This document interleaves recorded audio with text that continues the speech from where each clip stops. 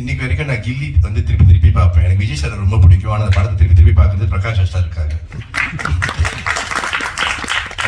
எனக்கு வந்து துப்பாக்கி படம் ரொம்ப பிடிக்கும், ஏன்னா அந்த ஹிந்தி வில்லனுக்காக. ரைட், இப்போ தனி ஒருவன் படம் திருப்பி திருப்பி பார்க்கறது வந்து அரவிந்த் சாமி சாருக்காக தான். ஸோ எனக்கு வந்து வில்லன் ஸ்ட்ராங்காக இருந்தால் படம் நிற்கும்னு எனக்கு தெரியும். நன்றி. அடுத்ததாக படத்தின் தயாரிப்பாளர் மற்றும் படத்தின் எதிர்நாயகனாக நடித்திருக்கும் மகேஸ்வரன் தேவதாஸ்.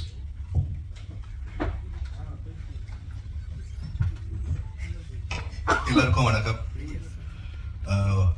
9 வயசுல ஆசைப்பட்டேன் நடிகனா ஆகணும்னு. டீச்சர் கேட்டாங்க, யாரு எல்லாரும் என்னவா ஆக போறீங்கன்னு. நான் நடிகனா ஆகணும்னு சொன்னேன். டீச்சர் பக்கத்துல வந்து உட்காந்துக்கிட்டாங்க, அந்த மாதிரிலாம் ஆசைப்படாதப்பா, நடக்காது, படி, என்ஜினியர் ஆயிரு அப்படின்னாங்க. சரி டீச்சர், அந்த ஆசை இனியோட விட்டுட்டேன். ஓகே, நான் வந்து பெரிய கமலஹாசனோட ஃபேன். வயசு 11 இருக்கும்போது அபூர்வ சகோதரர்கள் வெளியானுச்சு. அப்போ வந்து எல்லாம் அந்த கேசட்ல தானே படம் வரும். அப்போ என்ன ஆகும்னா, பக்கத்து வீட்டில் கேசட் வரும், அடுத்த நாள் திருப்பி கொடுத்துடணும். அவங்க படத்தை பார்த்துட்டு கொடுப்பாங்க, நீங்கள் பார்த்துருங்கன்னு. பரீட்சை டைம் ப்ரொஜெக்ட் இருந்துச்சு. ஃப்ரெண்டு வீட்டில் ப்ரொஜெக்ட் செஞ்சுக்கிட்டு இருந்தேன். அம்மா அடிக்கிறாங்க, அங்கே ஃபோன் அடிக்கிறாங்க. அபூர்வ சகோதரர்கள் கேசட் வந்துருச்சு, படம் பார்க்க போறியான்ட்டு. நான் உடனே வரேன்னு. ஆனால் ப்ரொஜெக்ட் செஞ்சுட்டு உட்காந்துருக்கேன். ஃப்ரெண்ட்ஸை சொன்னேன், நானே முடிச்சிடுறேன், நான் வீட்டுக்கு போகணும், ஒரு அர்ஜென்ட் மேட்டர் இருக்குது அப்படின்ட்டு போய் சொல்லிட்டு, அந்த அவ்வளோ பெரிய ஒரு ப்ரொஜெக்ட் காற்றுல பறந்துடும். அதில் ஜாமான்லாம் ஒட்டி வச்சுருக்கோம். அதை வந்து அனுமான் மலையை தூக்கிட்டு போன மாதிரி தூக்கிக்கிட்டு வீட்டுக்கு ஓடுறேன் கமலஹாசன் படம் பார்க்குறதுக்கு. 11 வயசில் போய் அபூர்வ சகோதரர்கள் படத்தை பார்த்தேன். ஸோ டீச்சர் வேணான்னு சொன்னால் கூட எங்கேயோ அந்த ஆசை ஒட்டிக்கிச்சு. அங்கேருந்து கட் பண்ணால் படம் பார்க்குறது. அப்புறம் கல்யாணம் ஆகிடுச்சு, பிள்ளைங்க இருக்குது, 2 பிள்ளைங்க இருக்குது. இப்படியே போயிட்டு கோவிட் வந்துச்சு. கோவிட் வரும்போது எல்லாரும் நெட்ஃப்ளிக்ஸ், ப்ரைம், அமேசான் எல்லாம் பார்க்க ஆரம்பித்தோம். பார்த்துட்டே இருக்கும் போது எல்லாரும் எல்லா படமும் பார்க்க ஆரம்பிச்சிட்டாங்க.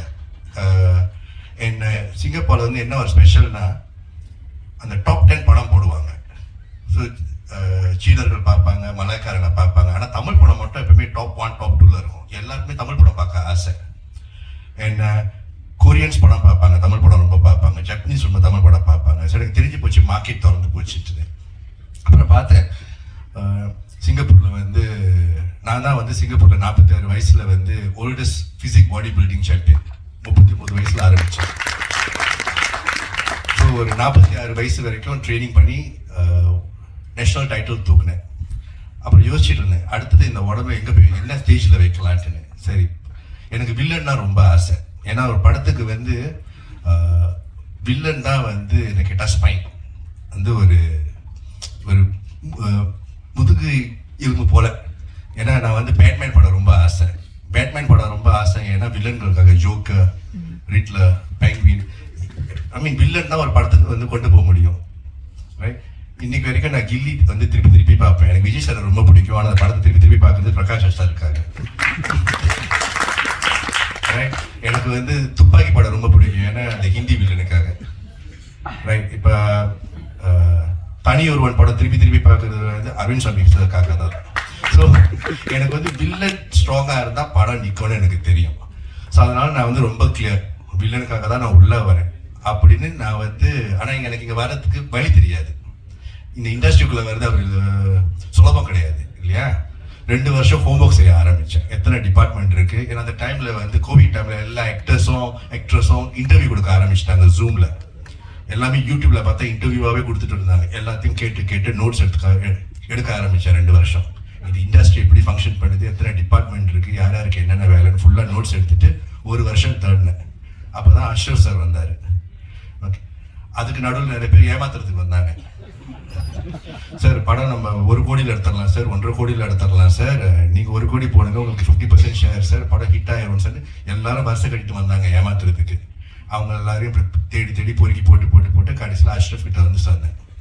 அங்கேருந்து படம் எடுத்து 2 வருஷம் நிறைய கஷ்டங்களுக்கு நடுவில் செஞ்சோம். ஏன்னா எனக்கு வந்து சிங்கப்பூரில் வந்து பிஸ்னஸ் இருக்குது, 2 பிள்ளைங்க இருக்காங்க, சேல்ஸ் இருக்குது, ஒரு ஃபுட்பால் அகாடமி நடத்துகிறேன், கோச்சிங் கம்பெனி நடத்துகிறேன், நான் வந்து ஒரு ஆத்தர், நான் வந்து ஒரு இன்டர்நேஷ்னல் ஸ்பீக்கர், வெளியூருக்கெல்லாம் போய் பேசிட்டு வருவேன். இந்த கேப்புக்கு நடுவில் அந்த பேஷனை செஞ்சு எனக்கு வந்து ரொம்ப சிம்பிள். நார்மல் படம் எடுத்தாலே வந்து 5 கோடி ஆகும் சார் 6 கோடி ஆகும் சார் சொல்லுவாங்க. நான் சொன்னேன் அதெல்லாம் இல்லை, நல்லா கரெக்டாக பிளான் பண்ணால் வந்து அதை பாதியில் கூட இப்போ நல்ல படம் எடுக்கலாம். எனக்கு நல்ல படம் கொடுக்கணும். ஏன்னா நம்மளாம் அவ்வளோ கஷ்டப்பட்டு வீட்டுக்கு போனால் நமக்கு வந்து என்டர்டெயின்மெண்ட்டே படம் தான். இப்போ எனக்கு வந்து நல்ல படம் கொடுக்கணும். நம்ம இந்த ப்ரொடக்ஷன் கம்பெனி ஆரம்பிச்சது எங்களோட தாத்தாவோட பேரில். எனக்கு வந்து நல்ல படம் கொடுக்கணும். இந்த படத்தில் கூட நான் ரொம்ப கிளியர், என் ப்ரொடக்ஷன் கம்பெனியில் 2 விஷயம் ஒன்று நடக்கணும். ஆபாச காட்சிகள் இருக்கக்கூடாது, லேடிஸ்க்கு ரெஸ்பெக்ட் கொடுத்து தான் எடுக்கணும். தேவைப்படாமல் வந்து ஒரு லேடியை வந்து ஆபாசமாக காட்டுறது எனக்கு பிடிக்காது. ஃபேமிலியாக படத்துக்கு வரணும். ஒரு பிள்ளையோட கண்ணை மூடிட்டு படத்தை பார்க்க சொல்லக்கூடாது. சில படத்துக்குலாம் போனால் பிள்ளையோட கண்ணை மூடிக்குவாங்க. அந்த மாதிரி இருக்கக்கூடாது. என்டர்டெயின்மெண்ட்டாக இருக்கணும். அது வந்து ஒரு தியேட்ரிக்கல் எக்ஸ்பீரியன்ஸாக இருக்கணும். ஸோ நான் அஷ்ரஃப் கூட உட்காரும்போது கதை கேட்கும்போது நேராக சொன்னேன், எனக்கு கதை நல்லா இருக்குது, இதோட டீசர் என்ன, ட்ரெய்லர் என்ன. நான் அப்படி தான் வந்து படத்தை கேட்பேன். டீசர் என்ன, ட்ரெய்லர் என்ன, அதோட கட் எனக்கு தெரியணும். அதுக்கப்புறம் ஷார்ட் ஃபிலிம் எடுப்போம். உங்களுக்கு அந்த 20 நிமிஷம் எப்படி எடுக்கிறீங்க நான் பார்த்துறேன். அப்புறம் 2 மணி நேரத்துக்கான ஆப்பர்ச்சுனிட்டி நான் கொடுத்துட்றேன். ஸோ அப்படி தான் இந்த படம் வந்திருக்கு. படம் வந்து ஒரு முக்கியமான ஒரு சோஷியல் மெசேஜை கிரைம் த்ரில்லர் ஜான்ரால சொல்ல முடியும்னு எடுத்த முதல் லெட்டர். இந்த மாதிரி யாரும் எடுத்தது கிடையாது எனக்கு தெரிஞ்சு. ஏன்னா நான் ரொம்ப படம் பார்ப்பேன், தெலுங்கு, கன்னடா, மலையாளம், கொரியன், ஜப்பனீஸ், கேளுங்க நான் சொல்லுவேன் படத்தை பற்றி. ஸோ நிறைய ஹோம்ஒர்க் பண்ணிட்டு வருவேன். ஸோ அதனால எனக்கு நல்லா தெரியும் என்னென்ன எங்கெங்கே போனால் எந்தெந்த ஊரில் என்னென்ன படம் ஓடுன்னு எனக்கு தெரியும். ஸோ இந்த படம் வந்து சம்திங் டிஃப்ரெண்ட். எனக்கு வந்து நான் யோசிக்கும் போது ஒரு இன்டர்நேஷ்னல் மார்க்கெட்டுக்கு என்ன கொடுக்கணும், அதை வந்து எப்படி எக்ஸிக்யூட் பண்ணணும், என்ன மாதிரி டீம் இருக்கணும், அந்த மாதிரி. இந்த படம் நீங்கள் பார்க்க போகிறது கூட நான் சிங்கப்பூர்லேருந்து ஒரு டீமை கூப்பிட்டு வந்து இந்த படத்தை பார்த்து என்ன கமெண்ட்ஸ் இருக்கோ அதை திருப்பி ரீஎடிட் பண்ணி பர்ஃபெக்ட் வெர்ஷனாக தான் நான் வெளியே கொண்டு வரேன். அது வரைக்கும் நான் விடவே இல்லை. இந்த படத்தை நாங்கள் 2023 ஜூனில் முடித்தோம்.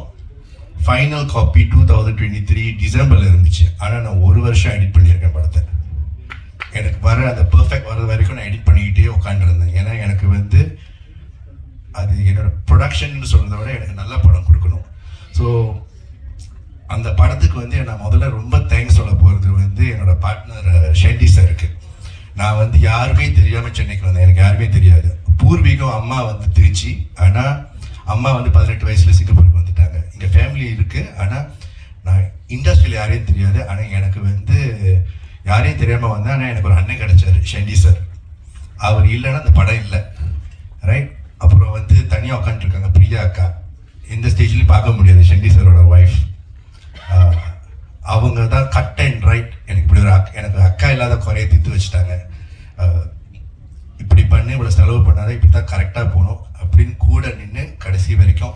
நான் சிங்கப்பூரில் இருந்தாலும் ஷெண்டி சார் தான் இங்கே வந்து எல்லாத்தையும் எனக்கு எக்ஸிக்யூட் பண்ணி கொடுத்தாரு. அதுக்கப்புறம் காசி சார் தனியாக உட்காந்துருக்காரு, ரைட். நான் படம் எடுக்க போகிறேன்னு சொன்னோடனே, இதுதான் பட்ஜெட்னு சொன்னோடனே கரெக்டாக உட்காந்து செஞ்சு கொடுத்தவர் அவர் தான். அதுக்கப்புறம் மீடியா மைண்ட்ஸ் செந்தில் சார். இன்னைக்கு வந்து இந்த படம் வந்து எனக்கு சின்ன படம் பெரிய படம் டிஃப்ரென்ஸ் பார்க்க தெரியாது. நல்ல படம் இல்லை, இவ்வளோதான் எனக்கு தெரியும்.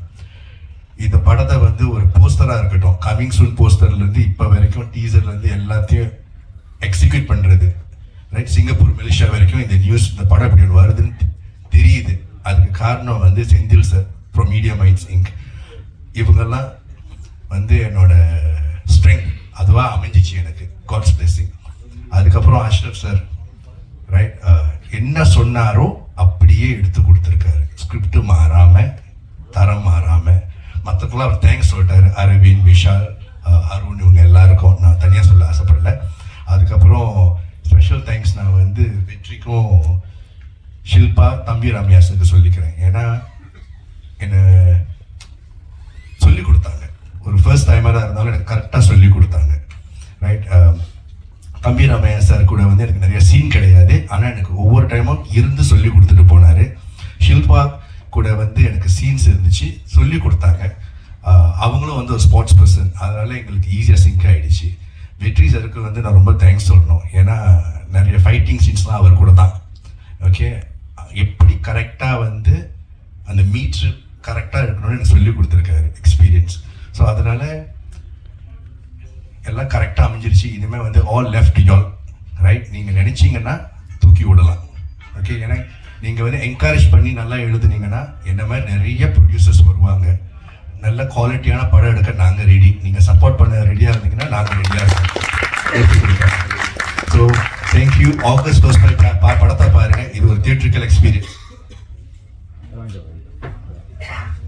நிக்கில் சார் வந்து நான் தேங்க்யூ சொல்லிக்கிறேன். இன்னைக்கு தான் பார்க்குறேன் அவரை ஃபர்ஸ்ட் டைம். ஆனால் நான் வந்து எப்போ சிங்கப்பூரில் எனிதிங் நான் வீடியோ தொட்டேன்னா ஒரு ஆக்ட்ரஸோட கார்டிக்கு அது திறந்தவொடனே அடுத்த சீன் இவர் தான் இருப்பார்.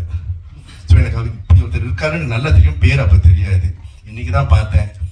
இப்போ கரெக்டாக வராரு, இங்கே போங்க அங்கே போங்க கரெக்டாக எக்ஸிக்யூட் பண்ணுறாரு. ஏன் அவர் வந்து இவர் பாப்புலர்னு எனக்கு தெரியும். ஸோ இவரும் வந்து தேங்க்யூ சொல்லிக்கிறேன். அறிமுகம் இல்லை இருந்தாலும் தேங்க்யூ சொல்லிக்கிறேன். ஏன்னா நாங்கள் வந்து நிறைய படம் சேர்த்து செய்ய போகிறோம். அதனால தேங்க்யூ சார். ஓகே. அண்ட் யாரை விட்டுட்டேனா சார்? ஓகே. So thank you. நான் வந்து ஸ்டேஜை வந்து நான் நம்ம ஹீரோ சாருக்கு கொடுத்துட்றேன். Thank you very much. அடுத்ததாக நாயகன் வெற்றி, அதனைத் தொடர்ந்து கொஸ்டின் ஆன்சர். அனைவருக்கும் வணக்கம்.